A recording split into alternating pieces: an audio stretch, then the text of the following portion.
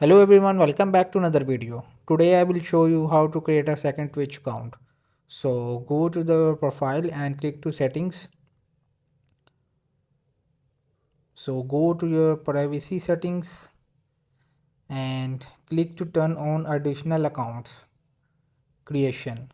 So when it's on, you will be now able to create 2, 3, 4 accounts on Twitch account. So now create your account, your username, your password, your date of birth, your email address. So it can be created and second account by no worries. So first you will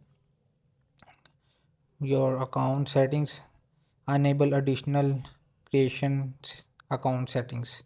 When it's enabled, then you will be created second Twitch account.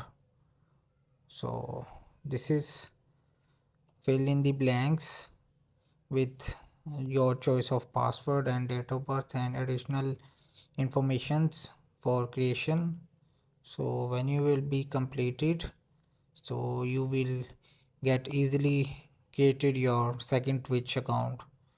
So follow the steps from starting to closing and see carefully. So I hope it's helpful for you. So enter your email. So this is how to second Twitch account created. Hope this video help you. Please don't forget to like and subscribe.